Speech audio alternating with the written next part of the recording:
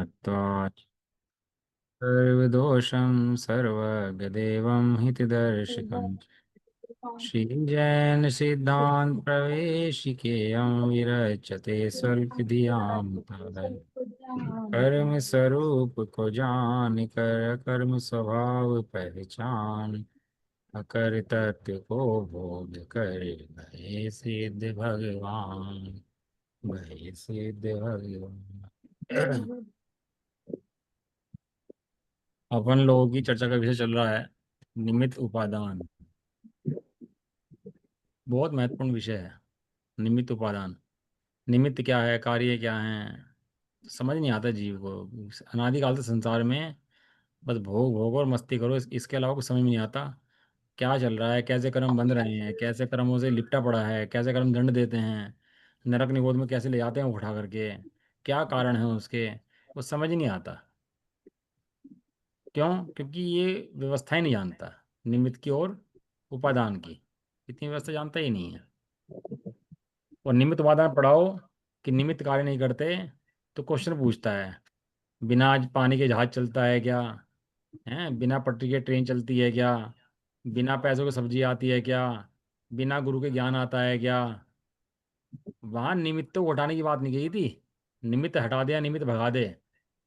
सुदेव को छोड़कर कुदेव पूजने लगे, या कुदेव को पूजने लगे या किसी को ना पूजे, ये बात नहीं कही थी। वहां दृष्टि सम्यक करने की बात थी। Concept should be clear. वहां कॉन्सेप्ट क्लियरिटी की बात थी कि तेरी दृष्टि में तो होना चाहिए ना। जिस समय डॉक्टर ने इलाज किया, किसी खिलाड़ी किसी बीमार का इलाज किया डॉक्टर ने, उस मरीज की दृष्टि में दो चीजें हैं। डॉक्टर ने इलाज किया और मैं ठीक हुआ। यदि अपना आप ठीक ना हुआ होता तो डॉक्टर की महिमा आती क्या? लेकिन नहीं। डॉक्टर की महिमा आती है और अपनी अति महिमा आती है। डॉक्टर की महिमा तो आती है, लेकिन मैं बच गया। तो खिलाड़ी हो और कोच हो उसका, कोच सिखाए और खिलाड़ी बड़ा बन जाए, तो किस पार हो पाता है? कोच के ऊपर, कि भाई कोच ने पढ़ाया सिखाया सब कुछ कोच पाया। लेकिन सीखा कौन? कोच की वो शिष्य है। लेकिन खिलाड़ी। निमित्त रहता है, निमित्त कार्य नहीं करता। निमित्त भी एक्यूरेट रहता है। यदि समय दर्शन होगा तो बाहर में सुदेव ही निमित्त होंगे, कुदेव नहीं होंगे। लेकिन निमित्त होंगे, कार्य तू करेगा और अपनी योग्यता से करेगा। निमित्त कार्य नहीं कर देंगे। इसलिए जगत के भगवान तो देते हैं और हमारे भगवान समझा देते हैं। फर्क समझ में आया दोनों बातों में? जगत के आया। भगवान तो क्या करते आया। हैं? धन दे दो, रुपया दे दो, पैसा देते दे दो, हैं। ये कह रहे भैया तेरे को ले नहीं सकता है, दे सकते हैं, व्यवस्था नहीं है। वे समझा देते हैं इन बातों को। लेकिन निमित्ताधीन दृष्टि, पर्याय दृष्टि, सो मिथ्या दृष्टि, और उपादान दृष्टि, सो सम्य दृष्टि। अब अनादिकाल से जीव का से निमित्त पर आरोप करने की आदत होती है, और ये संसार में दिक्कत नहीं है इसको, इसके मोक्ष मार्ग में समस्या है ये। देव से सम्य दर्शन हो जाएगा, मतलब भगवान से सम्य दर्शन हो जाएगा क्या?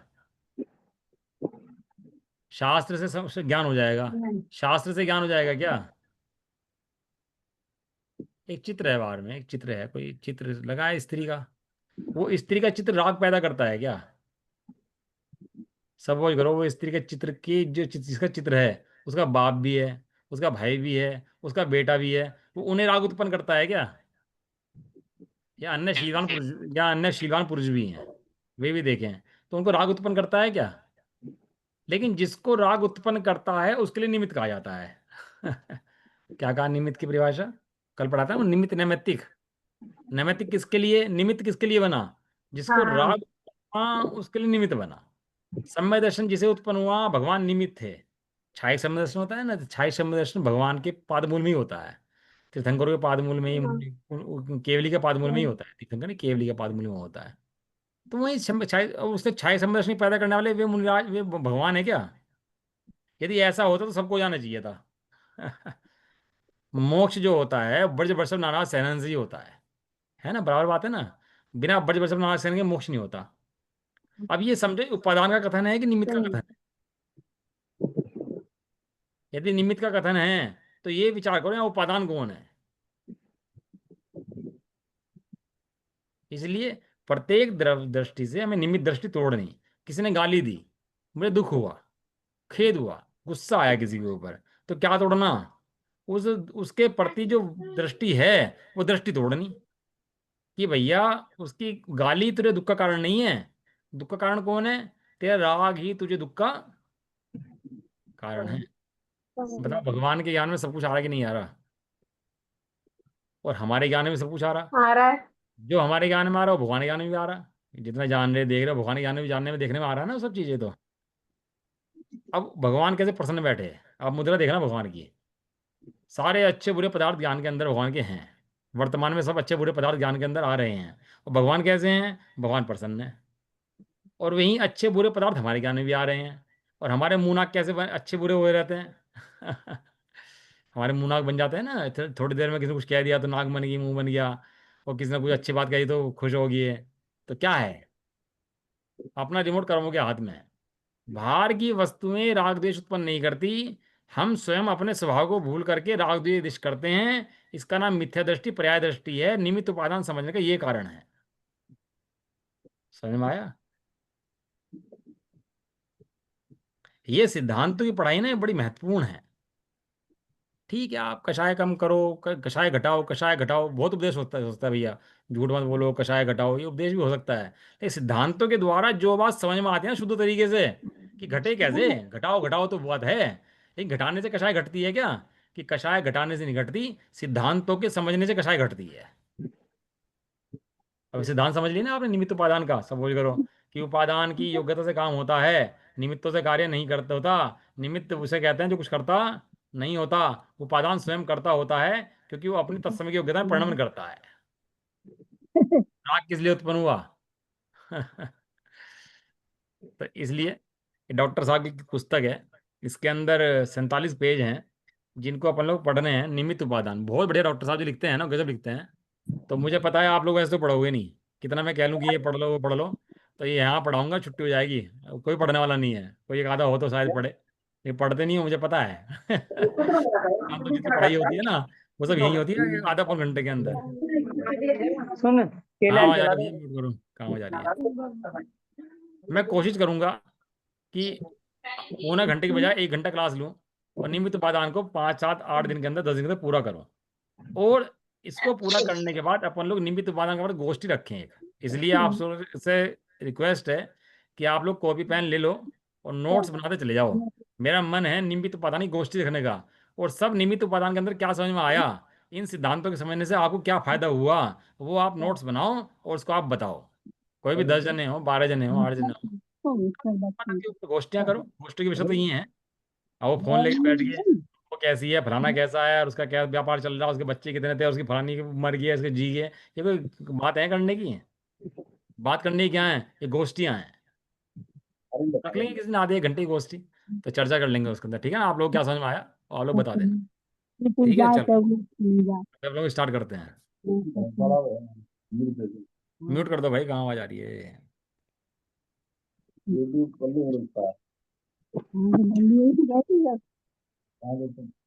ये अम्मा जी यहाँ तो मेरी बात।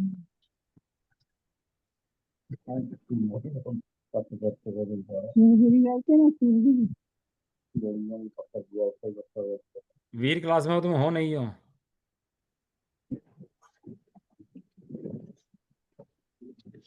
कर दिया म्यूट अंकल जी, कर दिया। तो ध्यान रखो भाई इसका, जो भी म्यूट करना है क्या नहीं करना, वो डिस्टर्ब होता है क्लास में, स्वाध्याय डिस्टर्ब हो जाता है पूरा। चलो, नाम क्या है? निमित्त उपादान। नाम क्या है? उपादान उपादान। निमित्त क्यों रखा? उपादान निमित्त क्यों रखा? निमित्त उपादान क्यों रखा? क्योंकि भ्रम जो है ना उपादान के संबंध को जानता ही लोग नहीं है। भ्रम जो है निमित्त के संबंध में है, इसलिए पहले रखा निमित्त। निमित्त दृष्टि हट जाएगी, दृष्टि निमित्ताधीन दृष्टि हट हो जाएगी, जाता है। तो उपादान दृष्टि पैदा हो जाएगी। चलो समझो, है ना? एक एक शब्द बड़ा महत्वपूर्ण है, कोई समझ में आया तो पूछना, पढ़ता जा रहा हूँ मैं इसको ना। मुक्ति के मार्ग में आप लोगों में से पढ़ेगा कोई जना? थोड़ा थोड़ा पढ़ लो आप ही लोग, जो पढ़ेगा समझाने पड़ेगा बीच में। पढ़ो एक एक, थोड़ा थोड़ा पढ़ लो आप लोग ना, एक एक पे ही पढ़ लो आप लोग ही। पढ़ो पहले मुक्ति एक के अंजलि जी पढ़ मार्ग लो, फिर में। बाजी पढ़ लो, फिर ललित जी पढ़ लो हाँ, एक। ठीक ठीक। मुक्ति के मार्ग में जिन महत्वपूर्ण विषयों का सम्यक परिज्ञान अत्यंत आवश्यक है, उनमें से उपादान निमित्त भी एक ऐसा महत्वपूर्ण विषय है जिसके सम्यक ज्ञान बिना पर अवलंबन की दृष्टि एवं वृत्ति समाप्त नहीं होती। स्वावलंबन का अभाव जागृत नहीं होता। मुक्ति का मार्ग सम्यक पुरुषार्थ भी स्फुरायमान नहीं होता है। क्रमबद्ध पर्याय और निश्चय व्यवहार के समान उपादान निमित्त भी आज का बहुत चर्चित विषय है, जिसकी चर्चा कभी विद्वानों की गोष्ठियों गोष्ठियों में भी नहीं होती थी, परंतु आज वह जन जन में चर्चित है। इसकी चर्चा ने जहाँ एक और लोगों में इसके संदर्भ में जिज्ञासा उत्पन्न की है, तत्संबंधी साहित्य के अध्ययन किया है। आप म्यूट करोगे? आपको म्यूट हो गया। नवीन भाई, किताब का नाम क्या बताया आपने? क्या बताया? किताब का नाम क्या बताया भारत जी की जो बताया? निमित्त उपादान, ऊपर है ना, निमित्त उपादान। अच्छा, अब म्यूट है आपका, अनम्यूट करो पहले अपने को। अभी म्यूट है आपका,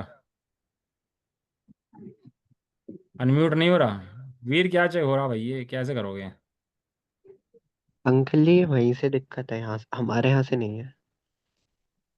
एक बार लीव होके वापस ज्वाइन हो जाए हैं। लीव करो, चलो हो चलो कोई गया, और पढ़ लो। हो गया, चलो। हो गया, हो गया।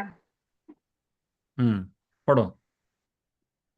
हम्म इसकी चर्चा ने जहाँ एक और लोगों में इसके संदर्भ में जिज्ञासा उत्पन्न की है, तब संबंधी साहित्य के अध्ययन के लिए प्रेरित किया है, वहीं दूसरी ओर कुछ द्वंद्व भी खड़े हो गए हैं। आज इसकी चर्चा ने पक्ष विपक्ष का रूप ले लिया है। यही कारण है कि इसके संदर्भ में आज जब भी कोई बोलता या लिखता है तो उसकी वाणी या लेखनी में पक्ष विपक्ष की भी बू आती है। समाज भी उसे पक्ष या विपक्ष के रूप में ही ग्रहण करती है। आज का यह द्वंद्व संघर्ष में परिवर्तन ना हो जाए, इसके लिए यह अत्यंत आवश्यक है कि आगम के आलोक में इस विषय पर गंभीरता से निष्पक्ष मंथन किया जाए और उसे समाज के समझ सरल सुबोध भाषा में प्रस्तुत किया जाए। इस विषय का सर्वांग अनुशीलन ही द्वंद्व और संघर्ष से बचने का एकमात्र उपाय है। वस्तु स्वरूप के परिज्ञान के लिए भी उपादान निमित्त की तर्क संगत आगम सम्मत सुव्यवस्थित जानकारी अत्यंत आवश्यक है। बस बस बस, ये क्या कह रहे हैं देखो। आज तक जीव का मोक्ष क्यों नहीं हुआ? क्योंकि दृष्टि पर के ऊपर है। पर का अवलंबन चाहता है, पर से मोक्ष चाहता है, लेकिन अपने अपने से मोक्ष नहीं चाहता। अपने को नहीं जानता तो मोक्ष चाहेगा क्यों? तो स्वावलंबन का पुरुषार्थ भी जागृत नहीं होता। जब तक स्वयं और पर को नहीं जानता तो स्वयं का अवलंबन जागृत नहीं होता, और सम्यक पुरुषार्थ ना होने से मोक्ष भी नहीं होता। बहुत सारे विषय ऐसे हैं, क्रमबद्ध पर्याय है, निश्चय व्यवहार है, उपादान निमित्त हैं। ये विषय तो पहले क्लास में चलते हैं, स्वाध्याय सभाएं। तो याद है आप लोगों को पुराने समय की स्वाध्याय सभाएं कैसी चलती थी? एक बूढ़े पंडित जी बैठ जाते थे, और चार पांच बूढ़े व्यक्ति बैठते थे शाम को सभा के अंदर, जो घर से खाली थे, जिनमें कुछ काम नहीं था।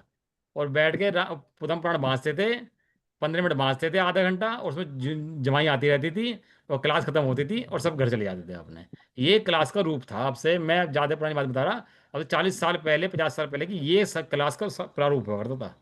ये सबने देखा होगा मेरे ख्याल से, अपने गाँव में सब लोगों ने, जो पुराने लोग हैं, सबने देखा होगा ये चीज़। तो क्लास तो चलती थी, एक क्लास के नाम पर फॉर्मेलिटी करनी है।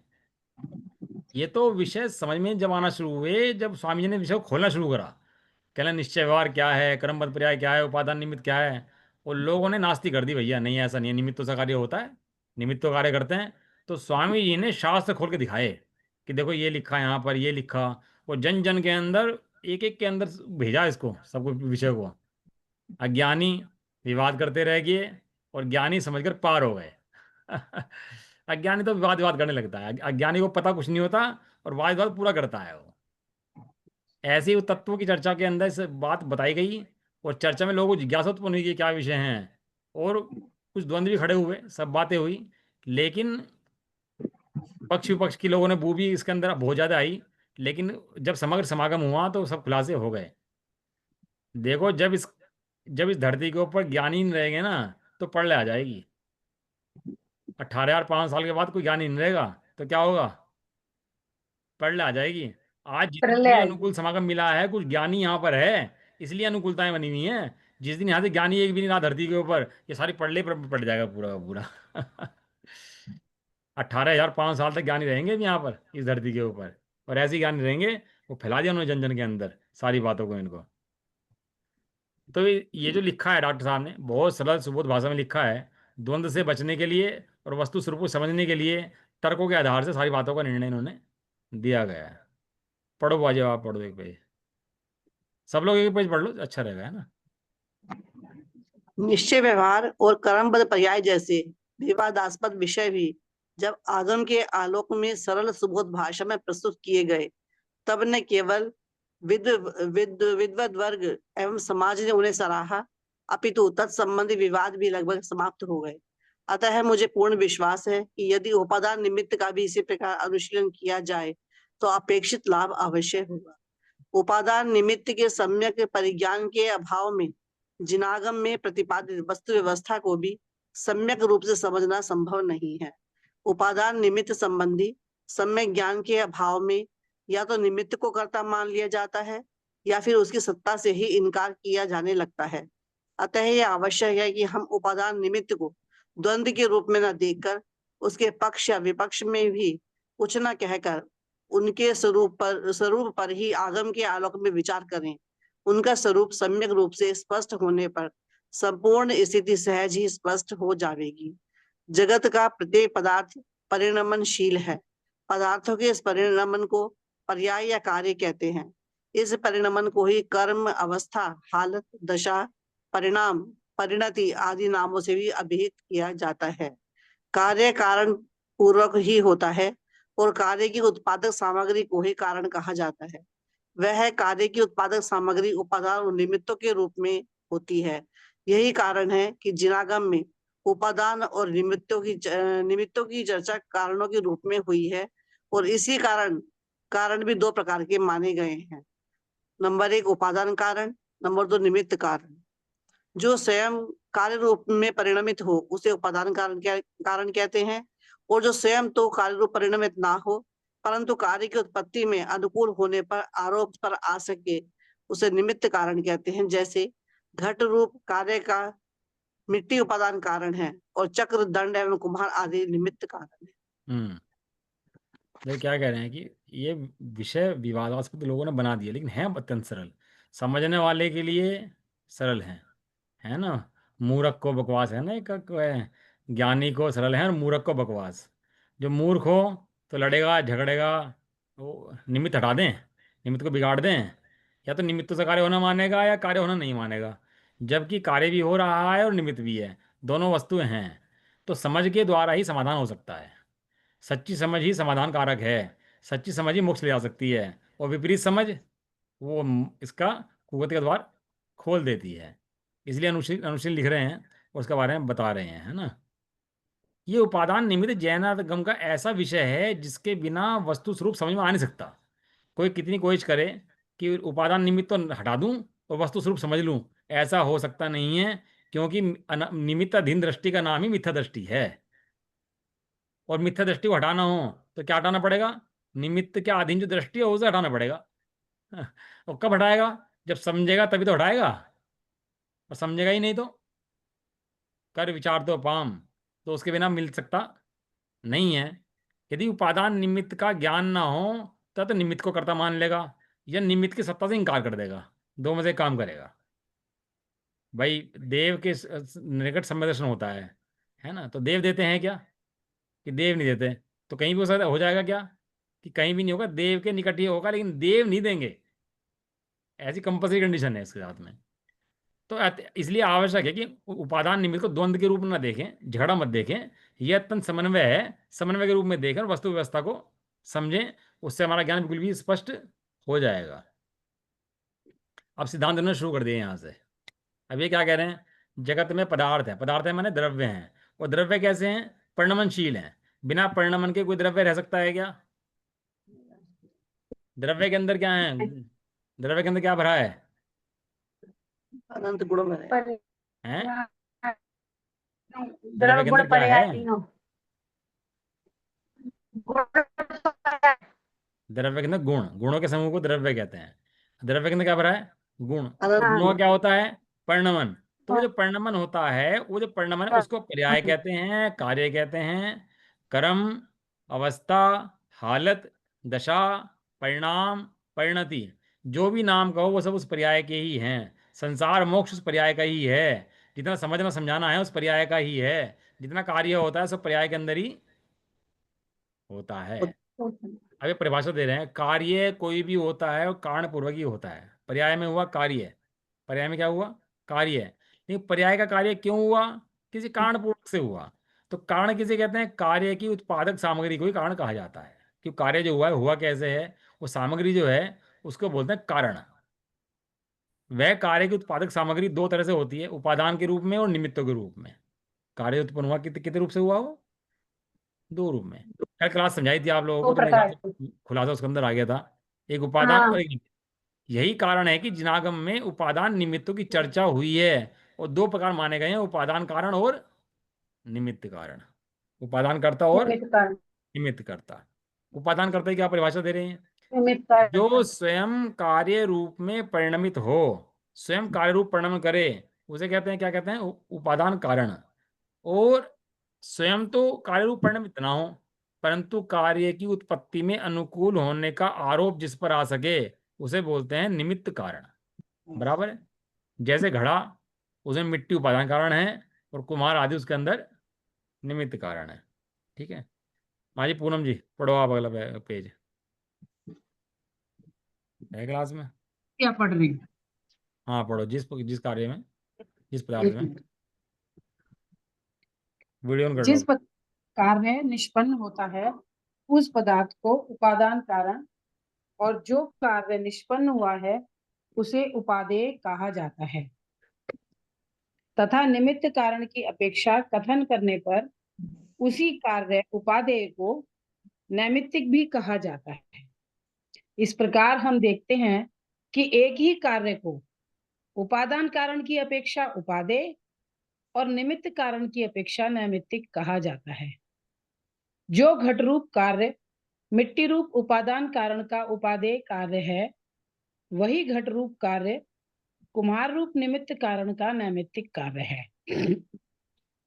तात्पर्य ये है कि मिट्टी और घट में उपादान उपादेय संबंध है, तथा कुम्हार और घट में निमित्त नैमित्तिक संबंध है।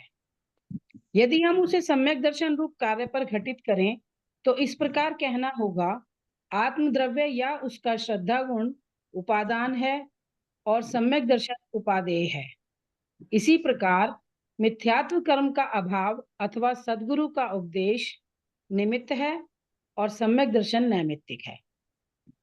यहाँ उपादेय शब्द का अर्थ ग्रहण करने योग्य नहीं करना चाहिए, क्योंकि यह प्रकरण हे उपादेय बताने वाला प्रकरण नहीं है। यहाँ तो कार्य कारण संबंधी प्रकरण होने से मात्र यह स्पष्ट किया जा रहा है, जिस कार्य को निमित्त की अपेक्षा नैमित्तिक कहा जाता है उसी कार्य को उपादान की अपेक्षा उपादेय कहा जाता है।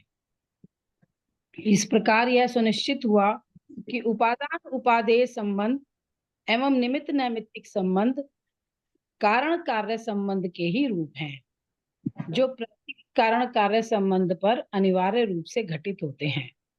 इस प्रकार प्रत्येक कार्य नियम रूप से उपादेय भी है और नैमित्तिक भी है। उपादान की अपेक्षा उपादेय है और निमित्त की अपेक्षा नैमित्तिक है। यहाँ एक प्रश्न संभव है कि यदि द्रव्य या गुण उपादान कारण है, जैसा कि सम्यक दर्शन रूप कार्य के उदाहरण में बताया गया है, तो विवक्षित कार्य निरंतर उत्पन्न होते ही रहना चाहिए, क्योंकि जब कारण उपस्थित है तो कार्य भी होना ही चाहिए। बस, बढ़िया प्रश्न उठा रहे हैं। समझ में तो आप लोगों को आ रहा होगा मेरे ख्याल से, क्योंकि कल क्लास ले ली थी तो काफी कुछ समझ में आप लोगों को आ रहा होगा। जी भैया। दो संबंध बताए इन्होंने, एक तो उपादान उपादेय संबंध और एक निमित्त नैमित्तिक संबंध। दो संबंधों की चर्चा करी गई है। जिस पदार्थ में कार्य निष्पन्न हुआ है, जिस पदार्थ में कार्य हुआ है, वो पदार्थ है उपादान कारण, और जो कार्य हुआ उस उपादान कारण के अंदर वो है उपादेय। उपादेय माने करने योग्य, हे श्रद्धेय, वो उपादेय नहीं है यहाँ पर। जो कार्य हुआ वो उपादेय, और जिसने कार्य किया वो उपादान। यानी कि एक त्रिकालिक उपादान और एक क्षणिक उपादान। ये उपादान के दो भेद हैं। उपादान के दो भेद में जो त्रिकालीय उपादान है वो उपादान, और जो कार्य हुआ वो है उपादेय। अब जो कार्य हुआ वो निमित्त की अपेक्षा देखोगे तो कहोगे नैमित्तिक। कुम्हार ने घड़ा बनाया, कुम्हार ने घड़ा बनाया, तो जो कुम्हार की अपेक्षा देखोगे तो घड़ा जो बना वो नैमित्तिक क्रिया है उसकी। किसकी नैमित्तिक क्रिया है वो? कुम्हार की। वो कुम्हार की नैमित्तिक क्रिया है घड़ा बनना। ऐसे प्रत्येक दिन हम भी पूरे दिन काम करते हैं, खाना बनाते हैं, खाते हैं, सब काम करते हैं, बहुत काम दिन रात चलते रहते हैं। ये सब नैमित्तिक क्रियाएं हैं। वो निमित्त यह दिखाती है निमित्त कोई है। जब निमित्त की अपेक्षा वर्णन करते हैं तो उसको नैमित्तिक बोलते हैं। तो कह रहे हैं उपादान कारण निष्पन्न हुआ, उपादेय हुआ, निमित्त की अपेक्षा नैमित्तिक भी कहा है उसको। इस प्रकार देखते हैं कि उपादान कारण की अपेक्षा उपादेय और निमित्त की अपेक्षा उसको कार्य एक कार्य एक हो रहा है। कार्य कितना हो रहा है? एक। एक। जब त्रिकालीय उपादान की अपेक्षा देखेंगे तो उसे कहा जाएगा उपादेय, और जब निमित्त की अपेक्षा देखेंगे तो उसे कहा जाएगा नैमित्तिक। नैमित्तिक। तीन चीजें होगी ना, एक उपादान, एक उपादेय, एक निमित्त। इसको उपादेय भी कहेंगे और नैमित्तिक भी कहेंगे। घट रूप कार्य उपादान कारण का उपादेय है, यानी मिट्टी का कार्य हुआ तो घड़ा उपादेय है और मिट्टी उपादान है। और कुमार की अपेक्षा देखोगे नैमित्तिक कार्य है इसका। अब श्रद्धा गुण पर लेगो, इस जीव के ऊपर लोगे इसको, तो जीव के अंदर श्रद्धा गुण उपादान है और सम्यक दर्शन हुआ उसका उपादेय है। मिथ्यात्व कर्म का अभाव हुआ, सदगुरु का उपदेश मिला, ये सब क्या है? ये सब निमित्त हैं। सब क्या है? निमित्त। और सम्यक दर्शन है नैमित्तिक। ये बताओ, जो अपने को जो सम्यक दर्शन प्राप्त हुआ वो गुरु से प्राप्त हुआ कि कर्मों के भाव से प्राप्त हुआ कि तत्समय की योग्यता से प्राप्त हुआ कि श्रद्धा गुण से प्राप्त हुआ? कितने कारण इसके अंदर हो गया आप लगाना है बैठ करके इन सबको। तो उपादेय शब्द का अर्थ ग्रहण करने योग्य नहीं है। उपादेय शब्द का मतलब ये बताना है कि उपादान के अपेक्षा कुछ कार्य यहाँ पर हुआ है। इस प्रकार उपादान उपादेय संबंध, निमित्त नैमित्तिक संबंध एक ही रूप है। वो प्रत्येक कार्य पर जरूर घटित होते हैं। इसलिए कार्य नियम रूप से उपादेय भी है और निमित्तिक भी है, दोनों हैं। उपादान की अपेक्षा उपादेय और निमित्त की अपेक्षा नैमित्तिक। तो यहाँ ये प्रश्न उठा रहे हैं, बढ़िया प्रश्न उठा रहे हैं। ये कह रहे हैं कि यदि नैमित्तिक। कारण है वहां पर तो कार्य निरंतर उत्पन्न होना चाहिए। कार्य निरंतर उत्पन्न क्यों नहीं होता? कारण तो वहां पर है ना, वह जीव है यहाँ पर। सम्यक दर्शन कारण प्रत्येक जीव में विद्यमान है कि नहीं है? तो सम्यक दर्शन क्यों नहीं होता? घड़े के भैया कल बताई मिट्टी तो के थी। अंदर घड़े बनने की योग्यता सब मिट्टी के अंदर है, तो घड़ा क्यों नहीं बनता? निमित्त होगा जब बनेगा। भैया कल आपने दो बात बताई थी कि एक तो अनंतर क्षण तत्काल हाँ। समय की पर्याय और तत्समय। एक तत्काल की योग्यता। हाँ अनंतर क्षण हाँ, वर्ती तत्समय की योग्यता से होगा। हाँ और लेकिन एक तत्समय की योग्यता। मतलब उपादान है और उपादेय भी है, अगर निमित्त नहीं है तो काम नहीं होगा, कार्य नहीं होगा। तत्समय की योग्यता नहीं है इसलिए काम नहीं होता। योग्यता कारण नहीं नहीं, होगा। कारण तो है, कार्य क्यों नहीं होता? तत्समय की योग्यता से कार्य होता है, होता है कारण के होने पर ही। देखो बताएंगे। पढ़ो जी जी, क्या पढ़ रहे हैं आप? इसका आप पढ़ लो भैया। यदि मैं ही पढ़ूं क्या भैया? जिया जी पढ़ देंगे अब एक पेज, एक पेज सपना पढ़ देगी, फिर उसके बाद एक ही पेज से ठीक पढ़ है लो। पढ़ो जी। जी भैया, ठीक है। पढ़ो, क्या हो गया? हाँ। यदि इसके उत्तर में ये कहा जाए कि उपादान कारण तो द्रव्य या गुण होने से सदा काल ही उपस्थित रहता है, पर निमित्त कारण के न होने से कार्य नहीं हुआ। जब निमित्त कारण मिलेगा तब कार्य संपन्न हो जाएगा। ऐसा मानने पर निमित्त कारण ही नियामक कारण ठहरेगा, क्योंकि उसके होने या ना होने पर ही कार्य का होना या नहीं होना निर्भर करेगा। इस आपत्ति से बचने के लिए यदि ये कहा जाए कि कार्य की उत्पत्ति में दोनों ही कारणों की उपस्थिति अनिवार्य है, तो हम कहेंगे कि भले ही दोनों कारणों की उपस्थिति अनिवार्य हो, पर नियामक कारण तो निमित्त ही रहा, क्योंकि उसके होने पर कार्य होता है और नहीं होने पर कार्य नहीं होता है। भाई, कार्य का नियामक कारण कौन है? यह जानने के पहले हम उपादान निमित्त को उसके भेद प्रभेदों सहित अच्छी तरह समझ तो लें, फिर यह इस विवाद में उलझे। हो सकता है कि उपादान निमित्त के भेद प्रभेदों के स्पष्टीकरण से ये प्रश्न सहज ही सुलझ जाए। वस्तुतः बात तो यह है कि उपादान निमित्त के भेद प्रभेदों से सम्यक ज्ञान में ही इस प्रश्न का उत्तर समाहित है। अतः सबसे पहले उनके भेद प्रभेदों की चर्चा ही अपेक्षित है। उदाहरण दो प्रकार का होता है, उपादान उपादान और क्षणिक उपादान। निमित्त के दो प्रकार हैं, उदासीन और प्रेरक अथवा अंतरंग और बहिरंग। कल समझाया था आपने। जो द्रव्य या गुण स्वयं कार्य रूप परिणमित हो, उस द्रव्य या गुण को उस कार्य का त्रिकालीन उपादान कारण कहते हैं। क्षणिक उपादान दो प्रकार का होता है, द्रव्य और गुणों में जो पर्यायों का प्रवाह क्रम अनादि अनंत चलता रहता है, चला करता है। उस प्रवाह क्रम में अनंतर पूर्ववर्ती पर्याय क्षणिक उपादान कारण है और अनंतर उत्तर क्षणवर्ती पर्याय कार्य है। इस प्रकार भी कहा जाता है कि अनंतर पूर्व क्षणवर्ती पर्याय से युक्त द्रव्य कारण है और अनंतर उत्तर क्षणवर्ती पर्याय से युक्त द्रव्य कार्य है। इन्होंने कहा, समझाया क्या, मतलब ये कारण तो है, कार्य क्यों नहीं हो रहा? तो सबकी दृष्टि आएगी निमित्त नहीं है, इसलिए कार्य नहीं हो रहा। भाई आप दृष्टि कहाँ पे जाती है? कार्य क्यों नहीं हुआ? आज कोई व्यक्ति इलाज नहीं हुआ है ना, इतनी बड़ी दुनिया है। पहले डॉक्टर नहीं थे तो मर गया इंसान, इलाज बहुत होने लगा तो अब बच जाता है। तो पहले डॉक्टर नहीं थे इसलिए मरता था ना इंसान, तो अब डॉक्टर हो गए तो बच जाता है। तो किसने बचाया? किसने बचाया? डॉक्टर ने बचाया ना भाई। डॉक्टर ना होता तो मर जाते फिर। तत्समय की और पढ़ाई, और टीचर नहीं थे पहले, स्कूल नहीं थे, तो सब पूरा भारत अनपढ़ था। कोई सब हमारे तो सब अंगूठा लगाया करते थे, याद है आप लोगों को? पढ़ना लिखना भी नहीं आता, पढ़ना भी नहीं आता था, किसी को भी नहीं आता था पढ़ना। कोई नगर में एक आधा कोई पढ़ा लिखा होता था, मतलब सब अनपढ़ थे पूरे के पूरे। इतना हाल था देश का, याद है आप लोगों को?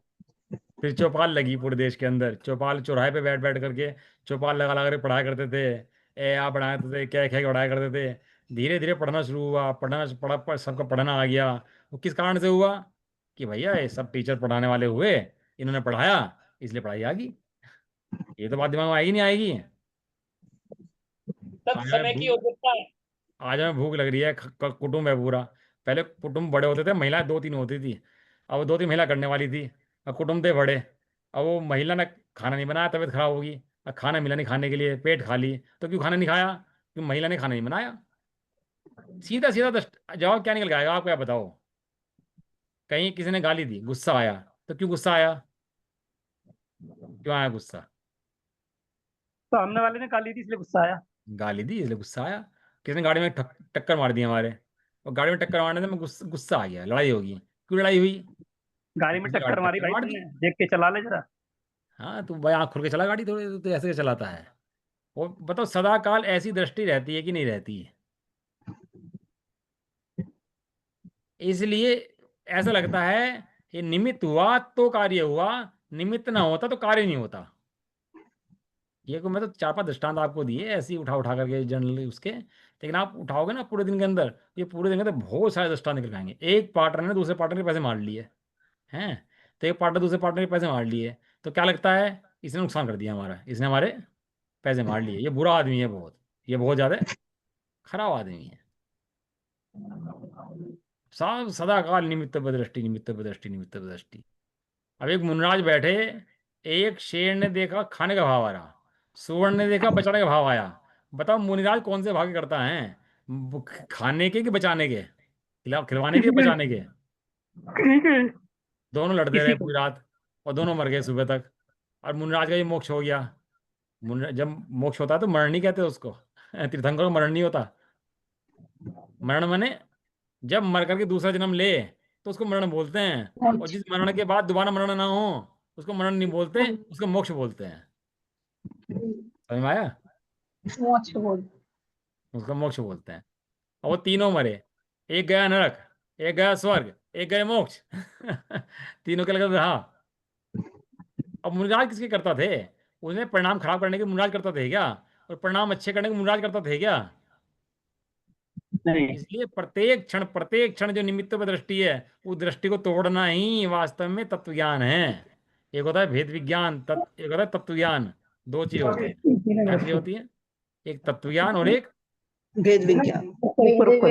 तत्व ज्ञान। क्या वेद होता है विज्ञान। तत्व ज्ञान? क्या होता है? जो दो वस्तुओं में ज्ञान हो। तत्व ज्ञान भैया कर्म को उदय से हुआ है, ये कर्म का उदय है, इसकी गलती नहीं है सामने वाले की, है। ये जो भी है उसके बारे में आश्रव बंध संबंध निर्जर विचार करना, ये तत्व ज्ञान है। लेकिन भेद विज्ञान क्या है? जब अपनी वस्तु खड़ी करना, इससे मैं न्यारा, उसका नाम भेद विज्ञान है। तत्व ज्ञान में और भेद विज्ञान में फर्क है। देखो तत्व विचार की महिमा। तत्व विचार वाला जीव सम्यक का अधिकारी है। तत्व विचार क्या? कि भैया ये सब जो हो रहा है सब कर्म के उदय से परिणाम से हो रहा है। ऐसी अब जब सब परिणाम, जगत खराब हो गया, सारी दुनिया खराब होगी, सारा नगर खराब हो गए, धर्म भ्रष्ट हो गया, ये सब कर्म के उदय से हो रहा है, कोई इसमें करता नहीं है। यह तत्व ज्ञान बारंबार विचार करना उसका, इसका नाम तत्व ज्ञान है। और भेद विज्ञान तो एक ही द्रव्य की स्वभाव और विभाव पर्याय में होता है, उसका नाम होता है भेद विज्ञान। इस दिन चर्चा आएगी तो समझाएंगे आपको तत्व ज्ञान भेद विज्ञान क्या होता है। भेद विज्ञान बहुत इंपॉर्टेंट विषय है। यहाँ कह रहे हैं निमित्त करता है कि नहीं है? कहते हैं भैया निमित्त को कर्ता मानोगे तो जब जब भी निमित्त होगा तब तब कार्य होना चाहिए। जब जब निमित्त होगा तब तब भेद विज्ञान। कार्य होना चाहिए। हाँ, एक टीचर पढ़ा रहा है 100 बच्चों को, तो 100 को एक सा ज्ञान होना चाहिए यदि निमित्त करता हो। और उपादान करता हो तो सदाकाल कार्य होता रहना चाहिए।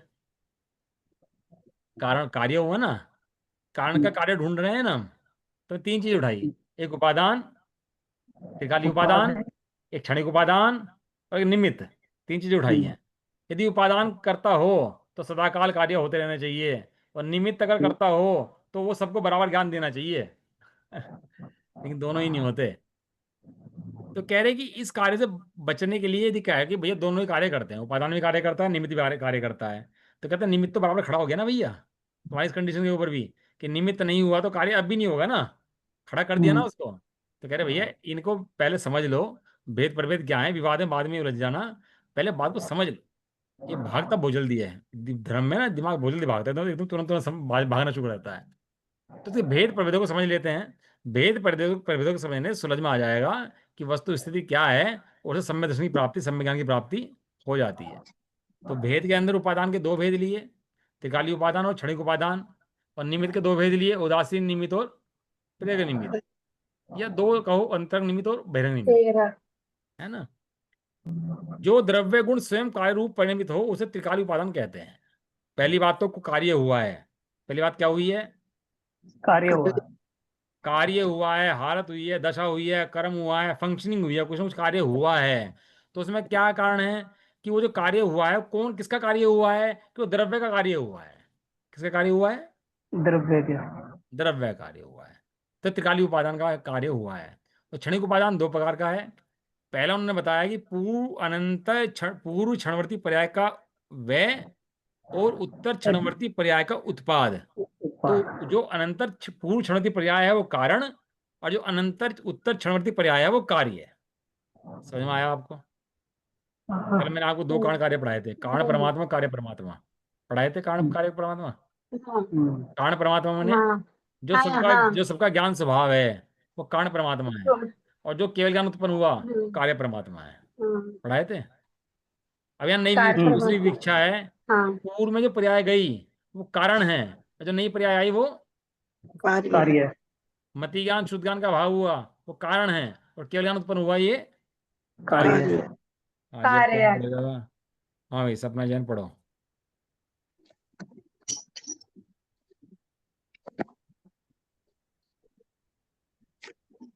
क्लास 1 घंटा चलेगी, आकुलता तो कोई नहीं है किसी को? नहीं नहीं। नहीं नहीं। चलो जी पढ़ो सपना जैन। ये यहाँ से उक्त क्षणवर्ती हाँ पर्याय उक्त संदर्भ में। द्रव्य कार्य है।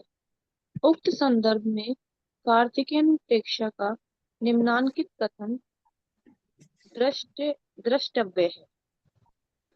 परिणामजुक्तम कारण भावेण वर्तते दब्बम उत्तर परिणाम जुद्धम तम चिये कज्जम हवे नियमा।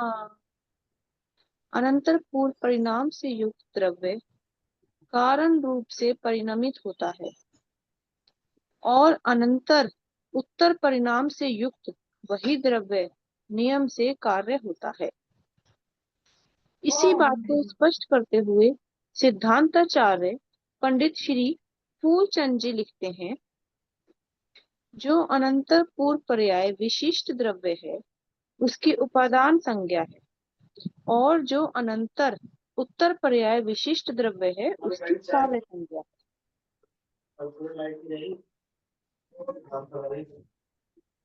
उस समय की पर्याय की उसी समय होने रूप योग्यता क्षणिक उपादान कारण है। ऊपर हो गया है मेरा, आ नहीं रहा है। हाँ, उपादान कारण है, ठीक है। और वह पर्याय कार्य है। इस प्रकार उपादान कारण तीन प्रकार का हो गया, जो इस प्रकार है। नंबर 1 त्रिकाली उपादान कारण, नंबर 2 अनंतर पूर्व क्षणवर्ती पर्याय के वह रूप क्षणिक उपादान कारण, नंबर 3 तत्समय की योग्यता रूप क्षणिक उपादान कारण।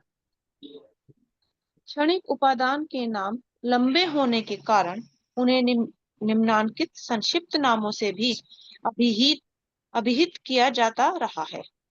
अनंतर पूर्व क्षणवर्ती पर्याय और दूसरा है समय की योग्यता। उपादान के उक्त तीन भेदों की स्थिति स्पष्ट करने के लिए निम्नांकित चार्ट उपयोगी है। देखो, इन्होंने एक गाथा उठाई इसके लिए कि कोई भी बात को जब हम अपनी तरफ से कहते हैं ना तो बाद में बल नहीं पड़ता, लेकिन जब उन्हीं को अंदर गाथा आचार्यों का रेफरेंस देते हैं ना, शास्त्रों का रेफरेंस ला करके गिरते हैं तो उसमें बल पड़ता है। हम भी जब केस लड़ते हैं ना कोर्ट के अंदर जा करके, तो अपनी तरफ से कहें तो बल नहीं पड़ता, और उससे कहें ना फलानी धारा के अंदर फलाने लोगों के अंदर पढ़ो जी आप जज साहब, फलाने पेज पर पढ़ो, तो जज पढ़ता है तो तुरंत बल पड़ जाता है उसके अंदर, उसी बात के अंदर जो बात कर रहे थे, है ना। तो कार्तिक अनुप्रेक्षा ग्रंथ है अपना, कार्तिकेय स्वामी का लिखा हुआ है, और गाथा नंबर 203 की लिखी है। वो 203 नंबर कायम लिखा है कि जो अनंतर पूर्व परिणाम से युक्त द्रव्य है वो कारण है, और वही द्रव्य जो उत्तर परिणाम से युक्त है वो कार्य है। इसमें थोड़ा सा चेंज आया इसका, थोड़े परिभाषा में आपने नोट किया हो, इसमें लिखा अनंतर पूर्व क्षणवर्ती पर्याय से युक्त द्रव्य है।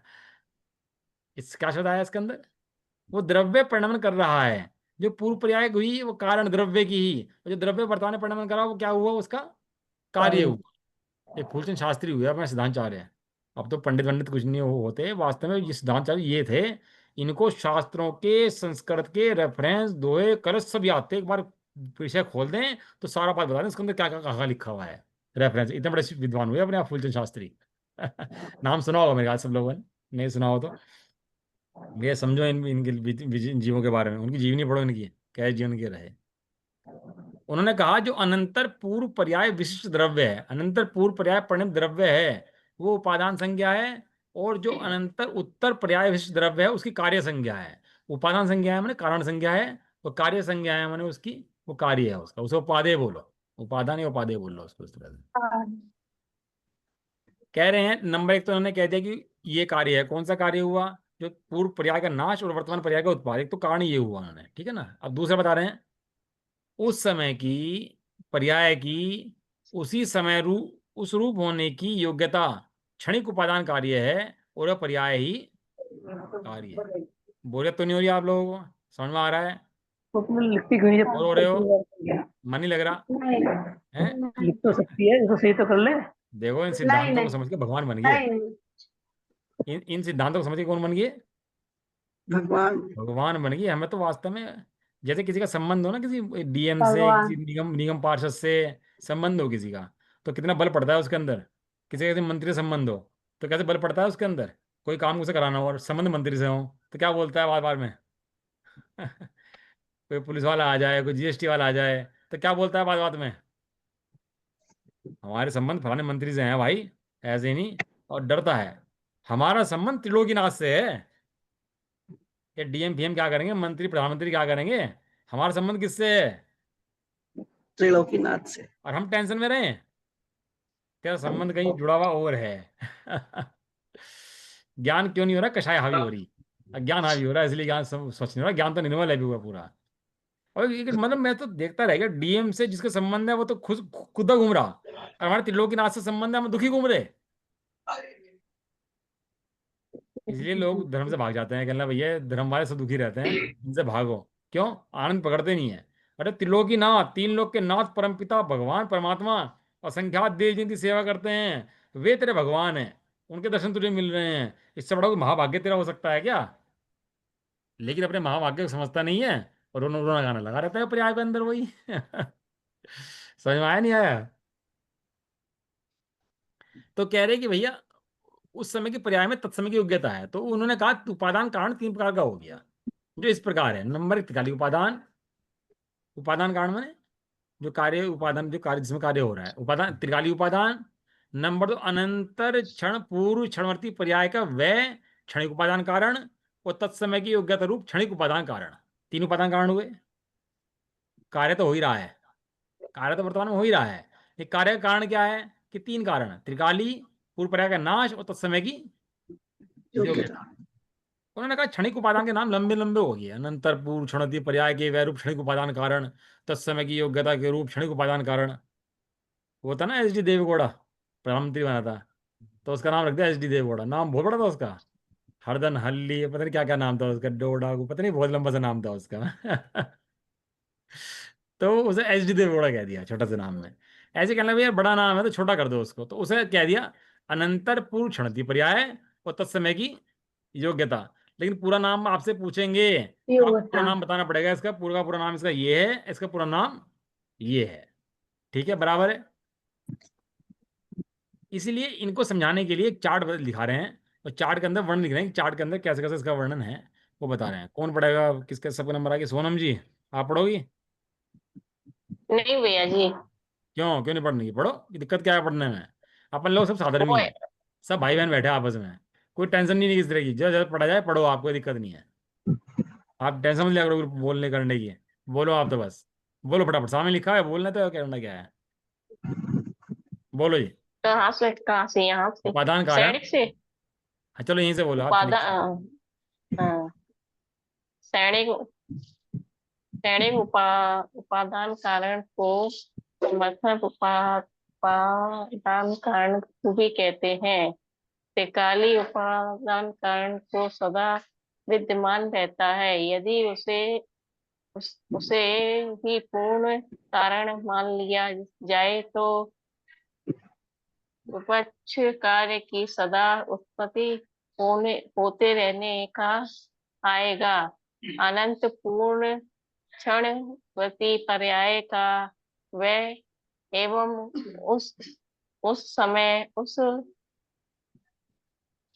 उस पर्याय के उस- उत्पन्न होने को योग्यता की समर्थक उपादान कारण है, जिनके बिना कार्य की उत्पत्ति नहीं होती, और जिनने जिनके होने पर नियम से कार्य की उत्पत्ति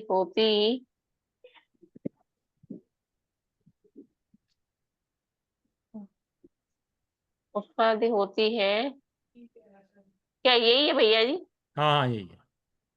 हाँ, उत्पत्ति होती है तत्वार्थ शोर्त वार्तिक। तथा अधिक में उस उपादान के दो भेद किए गए हैं। एक असमर्थ उपादान, दूसरा समर्थ उपादान। उनमें जो समर्थ उपादान है वह वह अवश्य ही कार्य का जनक होता है, और वह सह, अष्ट सहस्त्री के पर्याय अनुसार अब अव्यावहित पूर्व पर्याय युक्त देव द्रव्य रूप के ही होता है। इस प्रकार कितने विवेचन से यह स्पष्ट हो जाता है कि समर्थ उपादान एक ही होता है और उसमें उत्पन्न होने वाले कार्य वही होता है जिसका वह समर्थ उपादान होता है। वहाँ उस कार्य को जो भी जो भी निर्मित होता है उसे उपादान भी करने क्रिया करने में शक्ति ही नहीं होती। मात्र वह उपादान के अनुसार होने वाला कार्य को सूचित होने से उसका निर्मित कहलाता है और इसी आधार पर निर्मित के अनुसार कार्य होता है। ऐसा व्यवहार उपचार किया जाता है। सही तो बोल रहे हो आप, बढ़िया तो है। बोला करो, क्या दिक्कत क्या है। अच्छा। हाँ, कोशिश करते रहोगे तो उसमें क्या होता है, थोड़ा सही हो जाता है इसकी इन्हीं चीज़ों के अंदर। और क्या होता है, हमें कौन सा बोलना आता था, बोलते बोलते धीरे धीरे बोलना आ गया, इसमें कोई बात थोड़ा ना है। कोई भी कार्य करो, करते करते अभ्यास के, उसमें क्या है, वो शुरुआत तो करो। चलो, उपादान कारण के दो भेद लिए, त्रिकालिक उपादान, क्षणिक उपादान। क्षणिक उपादान के दो भेद, अनंतर पूर्ववर्ती क्षणवर्ती पर्याय, तत्समय की योग्यता। बराबर है, इतनी बात चार तो कल सुनाया था ना। अब ये कल अब जो हम पढ़ेंगे ना, इसके अंदर जो अपने सिद्धांत प्रवेशिका पढ़ेंगे, उसमें कारण के दो भेद लिए, एक समर्थ कारण और एक असमर्थ कारण। अभी हम पढ़ेंगे इसके अंदर, आपने पढ़ाए भी थे मैंने आपको। कितने कारण के भेद हैं? दो भेद हैं, एक समर्थ दो। कारण, एक असमर्थ कारण। हाँ। अब इसमें क्षणिक उपादान जो है उसको समर्थ उपादान कारण कहते हैं। ये लिखा ना ऊपर, क्षणिक उपादान कौन सा उपादान है? एक त्रिकालिक उपादान है, एक क्षणिक उपादान है। तो क्षणिक उपादान को क्या कहते हैं? हाँ, समर्थ उपादान कारण भी कहते हैं, क्योंकि त्रिकालिक उपादान तो सदा विद्यमान है। यदि त्रिकालिक उपादान कार्य का उत्पादक हो तो सदाकाल कार्य उत्पन्न होता रहेगा, लेकिन ऐसा होता नहीं है। तो क्षणिक उपादान के अंदर जो पूर्व पर्याय का नाश है, उसके नाश होने से ही कार्य की उत्पत्ति वर्तमान में होती है, वो समर्थ कारण है। अपना एक श्लोक शास्त्र है, तत्वार श्लोक वार्तिक ग्रंथ। नाम भी सब लोग पहली बार सुनोगे मेरे ख्याल से इन ग्रंथों के, लेकिन अपने आप भैया भंडार है शास्त्रों का। नाम तो पता करो कम से कम, पढ़ तो लेंगे बाद में, लेकिन नाम तो पता होना चाहिए। क्या नाम ग्रंथ का है? तत्वार श्लोक वार्तिक। शायद मेरे ख्याल से अकलंक देव का लिखा हुआ है। श्लोक वार्तिक।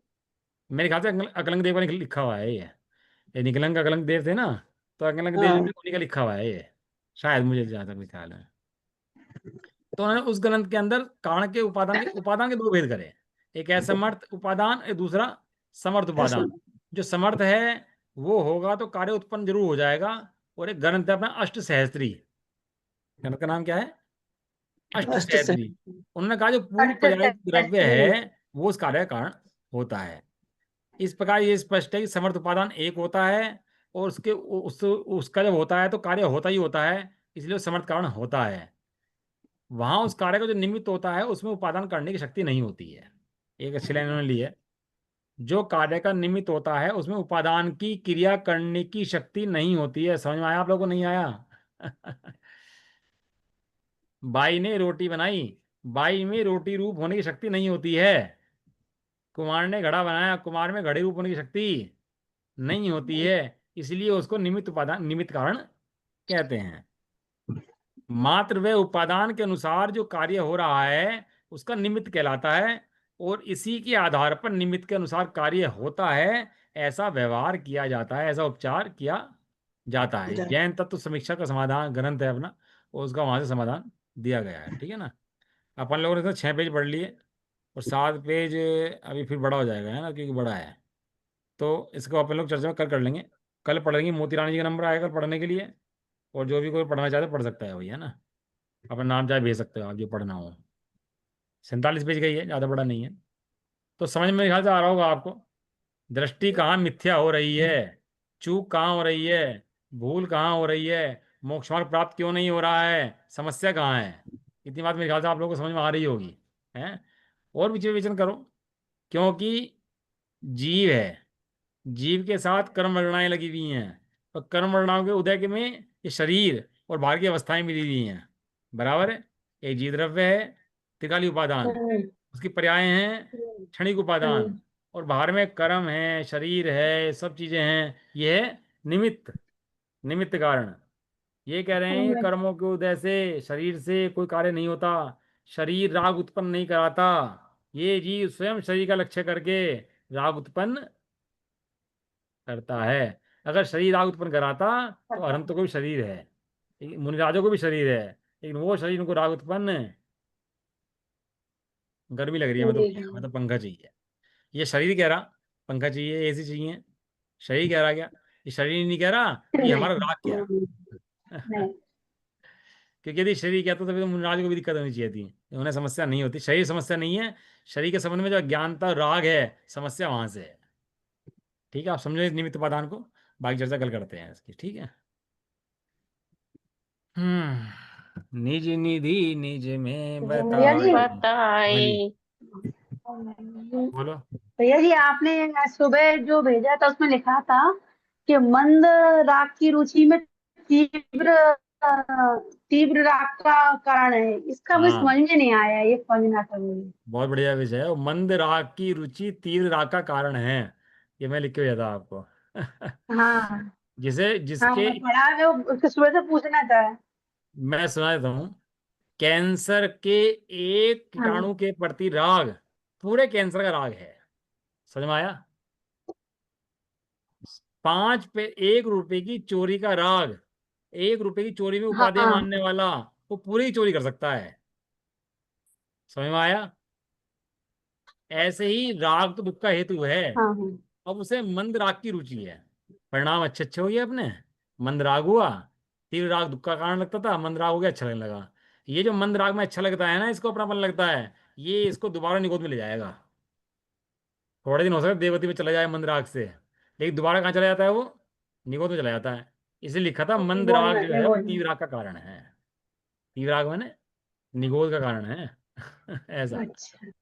हाँ, अच्छा है, निगोद का आप लोग कारण पढ़ते हो है, उन पॉइंट्स को, सही। तो ये बहुत तो अच्छा है, राग पढ़ते है, हो समझते हो उन पॉइंट्स को, ये बढ़िया बात है। अच्छा है ये पढ़ना। राग है, ये राग नहीं है, बस दो ही स्थिति राग है। से रहित भगवान आत्मा की रुचि, एक मंद राग की रुचि है, एक भगवान आत्मा की रुचि है।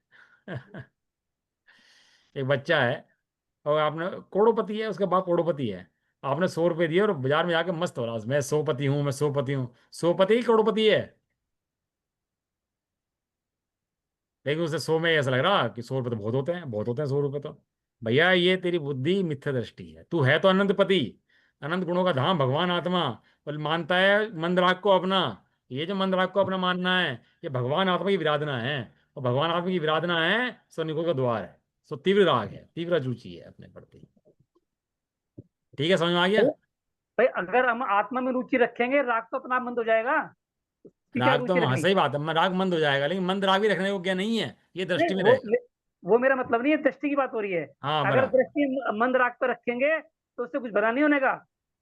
बराबर। अगर दृष्टि आत्मा पर रखेंगे तो राग तो अपना अपना हो जाएगा, उससे कोई जरूरत ही तो नहीं। भगवान आत्मा यहाँ पर विद्यमान है, तो भगवान आत्मा की दृष्टि करो ना भैया, पद्मावती को पूजो कि भगवान को पूजो? एक आदमी है, वो इन देवी दिहाड़ी को नहीं पूछता, ये पद्मावती को पूछता है, तो बताओ मिथ्या दृष्टि की सम्य दृष्टि है? पहले में से डाल को बना सकता बताओ मिथ्या बताओ दृष्टि। है। मिथ्या गैस को दृष्टि लेके है। मिथ्या दृष्टि। ऐसा ही है, ये बाहर में तीव्र राग को तो नहीं गैस पूछता, को। लेकिन ये मंद राग को पूछता, तो वैसे ही पद्मावती पूछता हो अपने यहाँ घर में आकर के, जब भगवान आता बैठा है सीधा साक्षात भगवान बैठे तिलों की नाथ, तो उसे उसे पूछना, तू है तो भगवान, तो सीधा उसको देख चलो।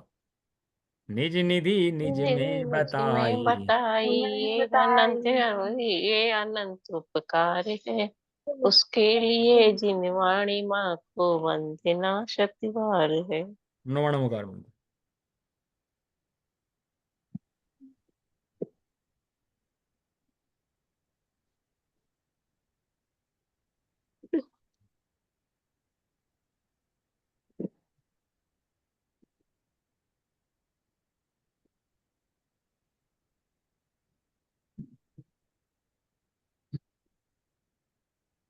जय प्रद वाशिनी माता की, जय हो। जय हो, महान जय जैन हो। धर्म की, जय हो। जय हो। जय हो। एक साथ बोलिए। जय जय जय जय जय जय जय सभी को, सभी जय को जय सभी जय को, जय। जय जय सभी एंड कर दो को। भाई क्लास ये।